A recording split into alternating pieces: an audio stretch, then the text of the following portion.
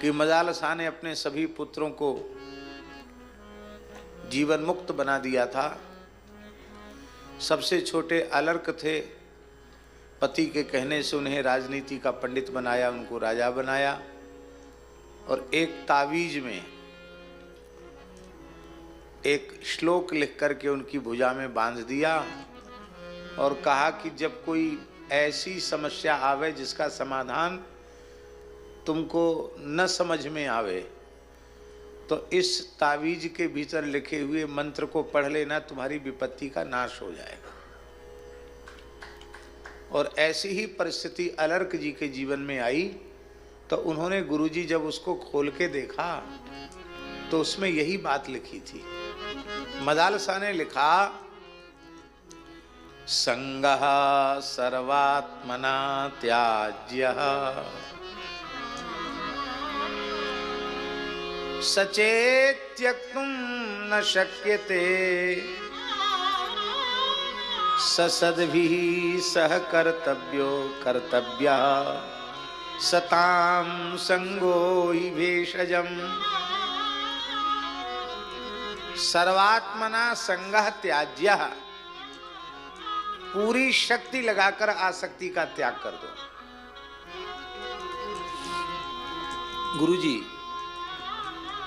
शरीर संसार को सत्य मानकर व्यवहार करते रहोगे तो आसक्ति का त्याग कभी होने का ही नहीं। मृत शरीर में किसी की आसक्ति नहीं होती है। होती है?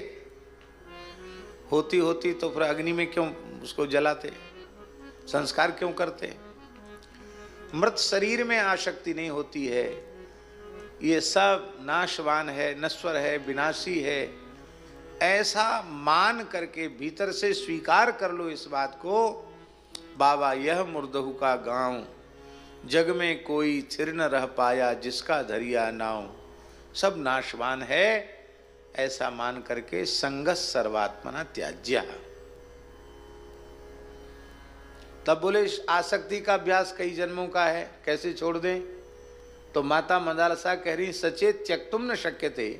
यदि कोई कहे कि उसका त्याग संभव नहीं है तो त्यागो मत।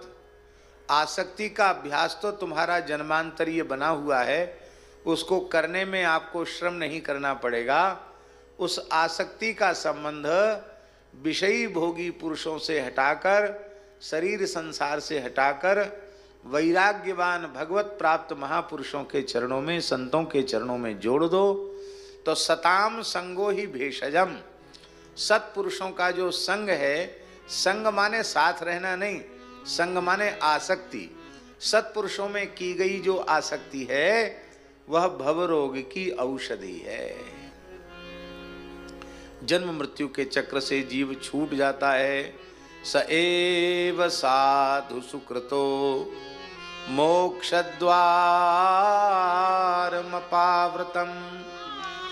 जब वह आसक्ति का संबंध संतों के साथ जुट जाता है तो मोक्ष का द्वार खुल जाता है। अब साधु सुकृतः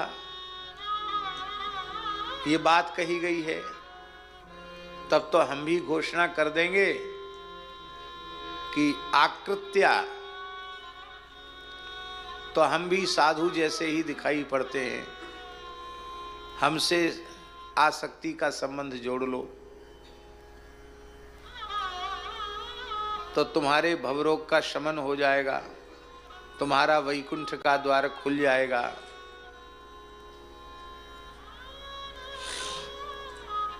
हमारे जैसे मात्र वेशभूषा धारण करने वाले लोग अपने को साधु कहला करके लोगों को भगवान से न जोड़कर अपने से न जोड़ने लग जाएं, इस अनर्थ से बचाने के लिए साधु पुरुषों के लक्षणों का वर्णन किया। साधु सुकृतो,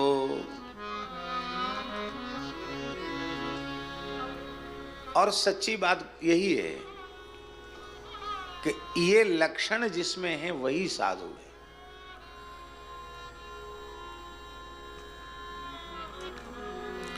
वर्णाश्रम की व्यवस्था, उसका समादर अपने स्थान पर है और उसमें कोई भी अंतर नहीं है। नित्य सिद्ध अनाद्य पौरुषेय वेदों के द्वारा प्रतिष्ठित, ऋषियों के द्वारा अनुमोदित है, वो अपने स्थान पर है। क्योंकि यदि ऐसा न हो गुरुजी, तो परम भागवत प्रहलाद जी कह रहे हैं, विप्राद्विषट गुणयुता दरविंदनाव पादारविंद विमुखात् स्वपचम वरिष्ठम मन्ये तदर्पित मनो वचने हितार्थ प्राण पुनातु सकुलम न तु भूरिमानः।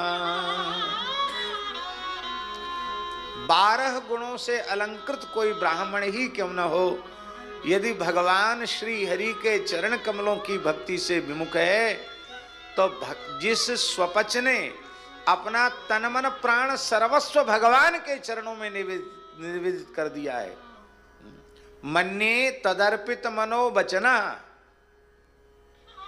मन वाणी क्रिया से भगवान के चरणों में जो न्यौछावर हो चुका है, कहते हैं वह अहम शून्य भगवत भक्त स्वपच भक्ति के प्रताप से अपने को पवित्र कर लेगा, अपने कुल को पवित्र कर लेगा। किंतु 12 गुणों से अलंकृत ब्राह्मण यदि भगवान की भक्ति से विमुख है, तो भूरी न तो भूरी माना, वो अहंकारी ब्राह्मण न तो अपने को पवित्र कर पावेगा, न अपने कुल को पवित्र कर पावेगा। यहाँ ब्राह्मण निंदा नहीं है, यहाँ भक्ति की प्रशंसा है, भगवान की भक्ति की महिमा है। स्वयं इसी कपिलोपाख्यान में भगवान कपिल की जननी माता देवहूति क्या कह रही है? अहो बत स्वपचो तो गरीयान यज्हुवाग्रे वर्तते नाम तुभ्यम ते पुस्तपस्ते जुहुबुहु सस्नुरा। अंत्यज को प्राप्त हो गया, नाम गृणंती।